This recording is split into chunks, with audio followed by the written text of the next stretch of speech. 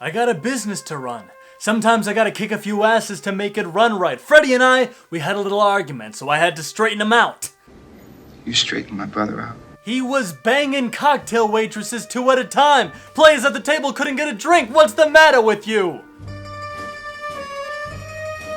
The Godfather, widely considered one of the greatest pictures ever made and perhaps the most influential in the gangster genre. What's most notable about this film isn't the plot, but rather the characterizations of the Corleones, especially Don Vito and Michael, and the way in which they navigate the shark-infested waters that was the New York crime families in the 1950s. And so for today's video, I'd like to go over 3 principles that gave Don Vito and Michael their tremendous leadership, command, and dominance in the first Godfather film.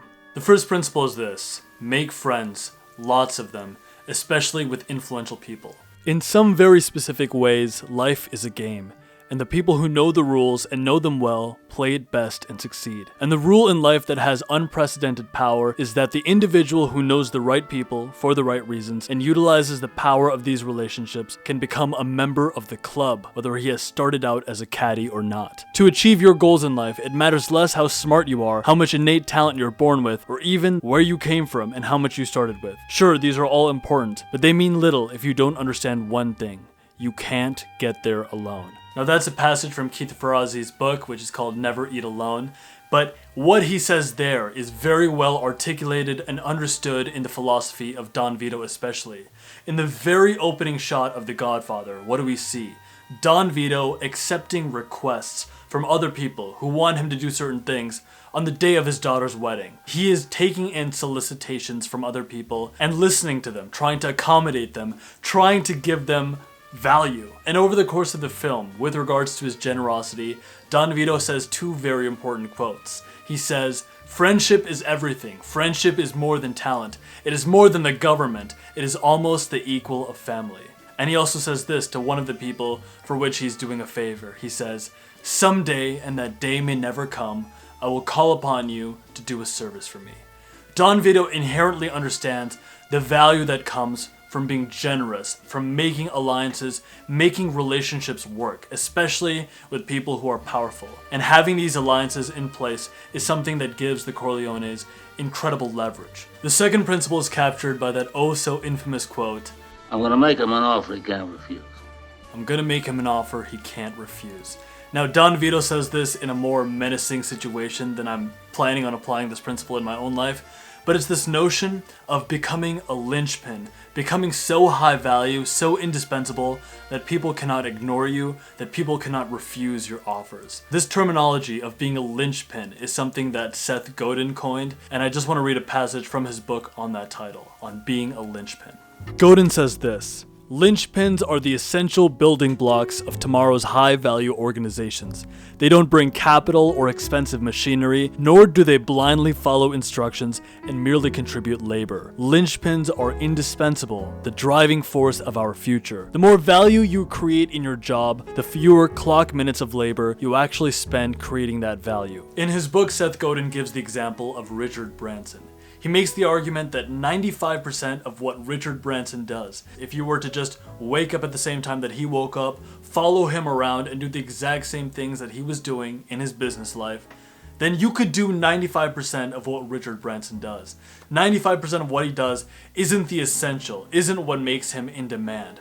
But there is a small fraction of his efforts, a bravado, a tactfulness, an awareness of how he should carry forth his business, the risks he should take, the strategies he should implement, that make Richard Branson a linchpin, someone who is a leadership front. And this same quality of being a linchpin, of having an awareness of the actions that should be taken, the strategies that should be implemented, and at times, knowing how to navigate certain terrains so that the offers you make cannot be ignored, cannot be refused, is something that Don Vito and later on his son Michael understand incredibly well. Sometimes those crucial moments have enormous consequences, enormous risk that's associated with them. Michael goes on to do an incredibly dangerous task, one that could potentially land him in jail. Having that awareness, cultivating the sense of when your life's crucial periods are, when you have the opportunity to be a linchpin in your own terrain, is something that gives you enormous command enormous dominance in your field, and this is something that the Corleone family demonstrates incredibly well. And the final principle is this: be careful. Always go over the details of your plan twice or thrice. There's a very important scene that happens between Don Vito and Michael that covers the importance of being able to go over your plans, go over your schemes, and understand the nuances and the haywire moments, the places where things can go wrong. Here's that scene. I spend my life trying not to be careless. Women and children can be careless, but not men. The downfall of a lot of great gangsters is their ability to not see certain pitfalls, not see potential hindrances, and not only in the sphere of gangster life, but also in the business sphere. There have been numerous studies that have pointed out the enormous leverage, enormous benefit that comes from planning, scheming, looking over your plans. Even President Eisenhower had once said a quote that goes something along the lines of, "The plans aren't important, but the planning process is very important." And he was someone who always carried a sort of military mindset. So for him, the planning process had enormous leverage. But even in the business world, this notion of planning and the power that it has been referenced many times. In one of Brian Tracy's books called Time Management, he made a reference to this. He says this: "Some time ago, Inc. magazine reported on a study they had conducted of 50 startup companies. Half of these companies had spent several months and even more to develop complete business plans before they began operations. The other half of this group had started without detailed business plans and were simply reacting to events as they occurred in the day-to-day operations of the business. 2 or 3 years later, the researchers went back to determine the level of success and profitability of these companies. What they found was quite interesting. The companies that had started operations with clear, written business plans, carefully thought through and detailed in every respect, were vastly more successful and profitable than those companies that had started spontaneously and had made things up as they went along." Here was the most interesting discovery though. When they interviewed the business founders, they asked them, "How often do you refer to the strategic plan in your day-to-day operations of the business?" In almost every case, the entrepreneurs and executives running the businesses had not looked at the strategic plan since it had been completed some months ago. Once it was done, they put it in a drawer and seldom revisited it until the following year. The plan itself was seldom referred to, but the process of thinking through the key elements of the business was vital to their success. And in such treacherous terrains that both Don Vito and Michael had to go through in their time as godfathers, there was an enormous power and importance that they had to place on having plans. That's it for today. Hope you guys liked it.